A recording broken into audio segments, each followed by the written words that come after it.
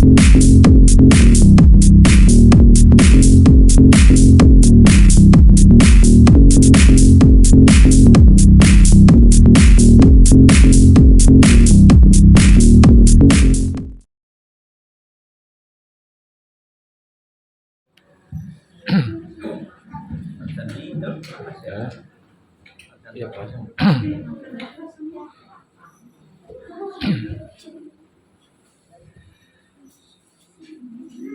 Assalamualaikum warahmatullahi wabarakatuh. Waalaikumsalam.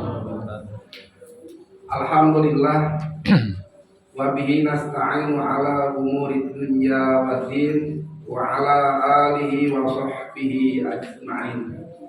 Asyhadu an la ilaha illallah wahdahu la syarika lah wa asyhadu anna Muhammadan abduhu wa rasuluhu alladzi la nabiyya ba'dah.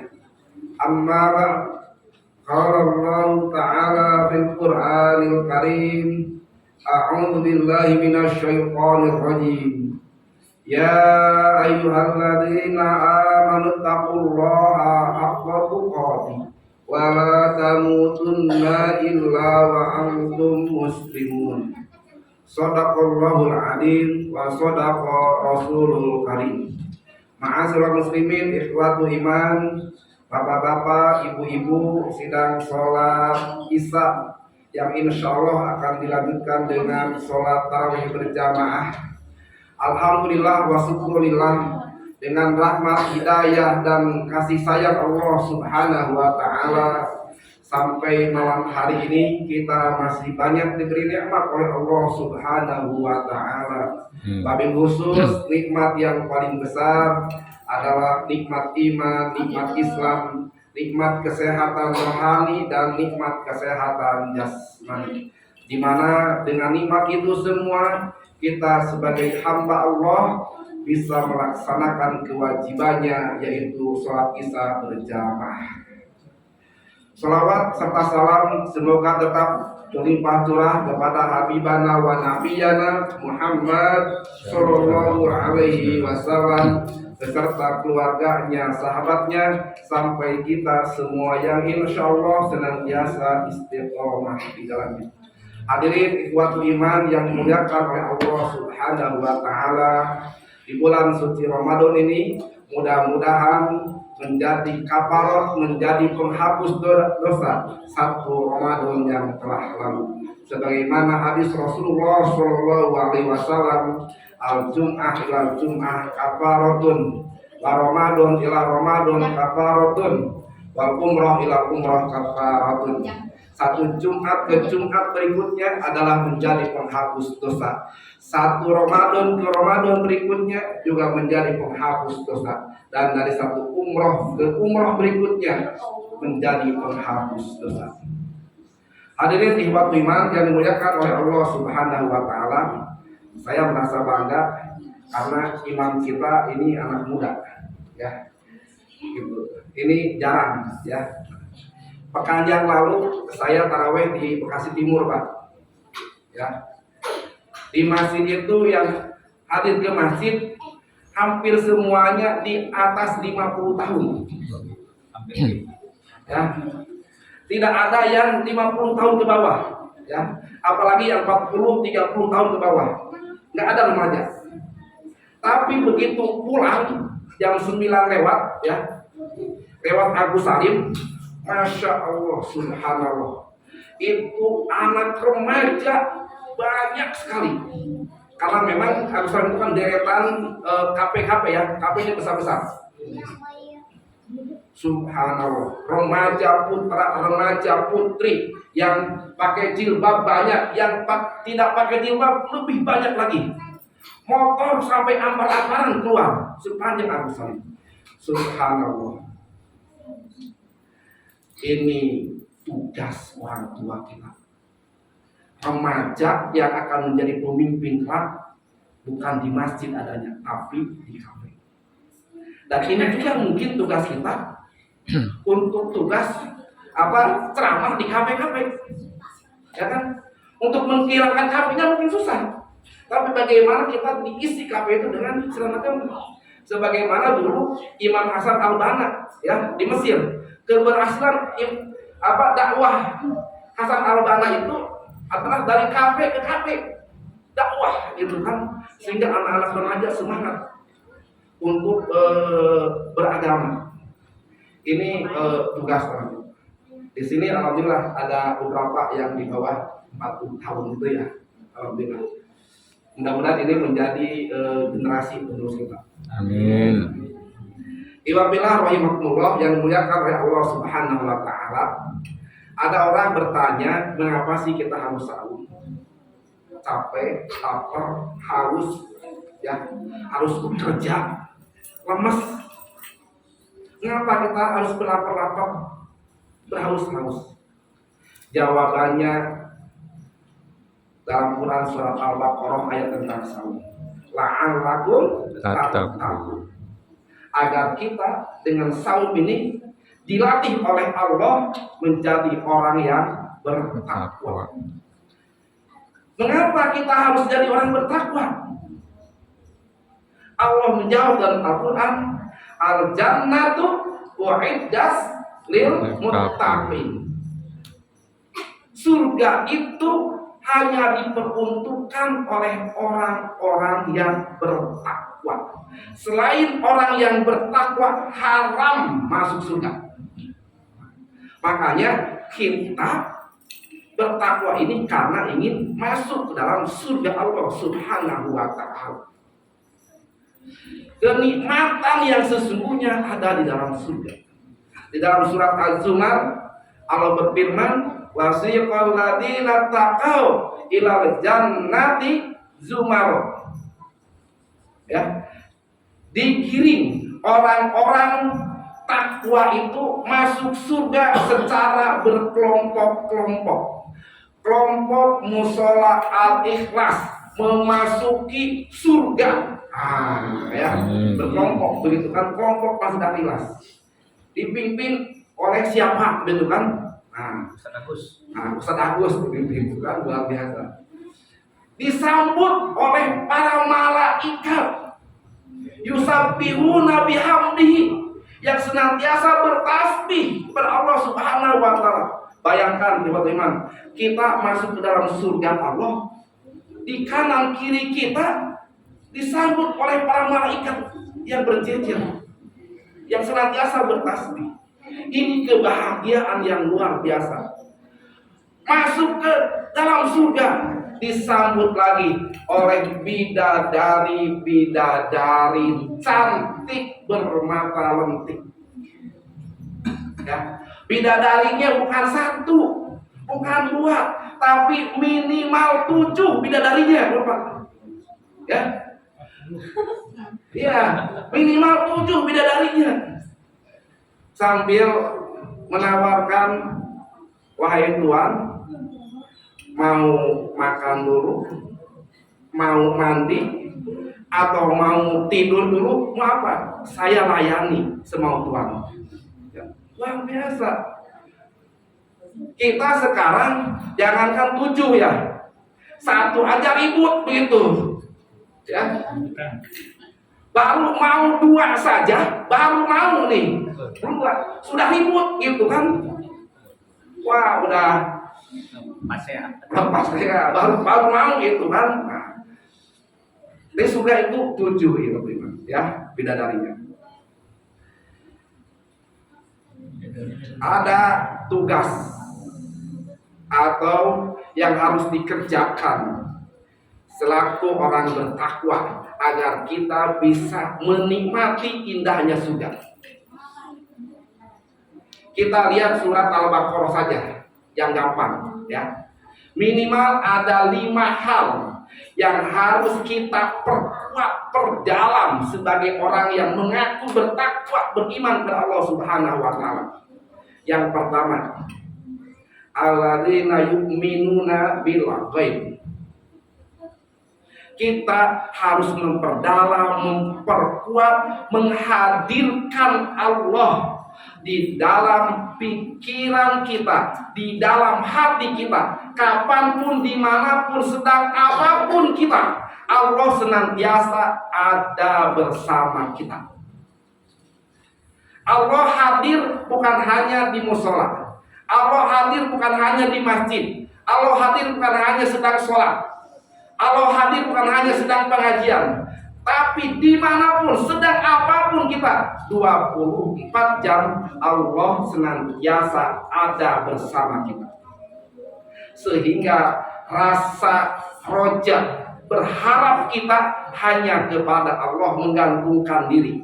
Iyyaka na'budu wa iyyaka nasta'in. Rasa haus kita, rasa takut kita juga bukan kepada siapa-siapa, bukan kepada manusia, bukan kepada bos, bukan kepada atasan, tapi haus kita hanya kepada Allah Subhanahu wa ta'ala. Ikhwat iman, seorang budak pengembala kambing di mata manusia, apalah hakatnya? Mungkin hakikat paling bawah di mata manusia, di mata kita. Tapi seorang hamba sahaya pengembala kambing begitu istimewa di mata Khalifah Umar bin Khattab. Mengapa? Karena ketika budak pengembala kambing itu dirayu oleh Umar bin Khattab untuk menjual air susunya. Wahai Tuhan, wahai budak, wahai pengembala, jualah susu kambing itu kepada kami, kepada saya. Di sini tidak ada siapa-siapa. Tuhan kamu tidak akan tahu. Tidak akan ada yang melaporkan kepada Tuhan kamu kalau kamu menjual susu kambing pada saya. Di situ kesempatan untuk berbuat curang itu sangat besar. Kesempatan untuk korupsi itu ada dan sangat besar. Peluangnya sangat besar. Tapi apa jawaban sang pengembala? Betul wahai Tuhan, di sini tidak ada siapa-siapa. Tuhan saya juga tidak akan tahu. Tapi wahai Tuhan, fa'ainallah. Fa'ainallah wahai Tuhan. Di manakah Allah? Bukankah Allah senantiasa ada bersama kita walaupun kita ada di padang pasir ini? Subhanallah, mendengar jawaban itu, sang pengembala dirangkul oleh Umar bin Khattab, dicium oleh Umar bin Khattab, mendengar jawaban yang luar biasa dari budak, dari hamba saya itu. Karena sanggup menghadirkan Allah sedang mengembala ada di padang pasir, di padang gurun. Terjadinya carut marut kita saat ini karena masih banyak orang yang mengaku muslim sekalipun, yang mengaku orang Islam, yang mengaku orang yang bertakwa, tapi hampa dari Allah di dalam dirinya, sehingga leluasa melakukan kecurangan, leluasa melakukan korupsi dan lain sebagainya, seolah-olah Allah tidak tahu. Untuk orang yang bertakwa harus diperdalam, Allah selalu harus hadir di dalam diri dan pikiran kita. Yang kedua, wa yuqimunas shalah. Orang yang bertakwa itu harus senantiasa menjaga dan merawat sholatnya, dari waktunya, dari tata caranya, mulai takbir sampai salam harus diperhatikan, dirawat dan dijaga sesuai dengan sunnah Rasulullah SAW. Cara kehusuannya, bacaannya harus diperhatikan, harus dipelajari tentang sholat, dijaga sholat kita. Dan sholat juga harus disiplin di waktu iman. Di Ramadan ini kita sangat disiplin masalah waktu. Tidak ada orang yang niat saum berani makan dan minum setelah azan berkumandang, walaupun cuma 1 menit. Sudah Allahu Akbar, Allahu Akbar, baru 1 menit masih minum. Tidak ada yang berani. Ya, sangat disiplin sekali. Begitu pun pas buka sekarang jam 6 lewat 6 ya, pada jam 5. Boleh tepat, udah lewat tepat. Ini 1 menit lagi lah, bilang 1 menit gitu kan. Udah aja, minum duluan, buka duluan. Nggak ada yang berani satu orang pun, ya kan? Nggak ada. Sangat disiplin. Sebelum azan berkumandang tidak berani untuk berbuka, untuk iftar. Disiplin. Nah, di Ramadan ini juga Allah mengajarkan kepada orang yang bertakwa supaya disiplin dalam waktu sholat. Iwan iman yang ketiga, wa mimma razaqnahum yunfiqun. Orang-orang yang bertakwa itu harus peka akan sosial, harus meningkatkan rasa simpati dan empati kita kepada lingkungan. Jangan sampai kita kenyang sementara ada teman saudara dan tetangga kita kelaparan. Jangan sampai kita senang sendiri sementara ada saudara dan teman kita kesusahan. Wa mimma razaqnahum yunfiqun. Keluarkan hak orang lain yang ada di dalam diri kita. Bahwa apa yang kita punya itu semuanya bukan hak kita, tapi di situ ada hak musola. Di situ ada hak tetangga, di situ ada hak saudara kita, di situ ada hak orang tua kita, di situ ada hak fakir miskin, di situ ada hak anak-anak yatim dari harta yang kita miliki. Wa mimma razaqnahum yunfiqun. Tingkatkan rasa simpati, kepekaan sosial kita. Hadirin ikhwati iman, kita coba berhitung sedikit saja sebagai ilustrasi. Kalau seandainya kaum muslimin ini mengamalkan ayat ini, wa mimma razaqnahum yunfiqun.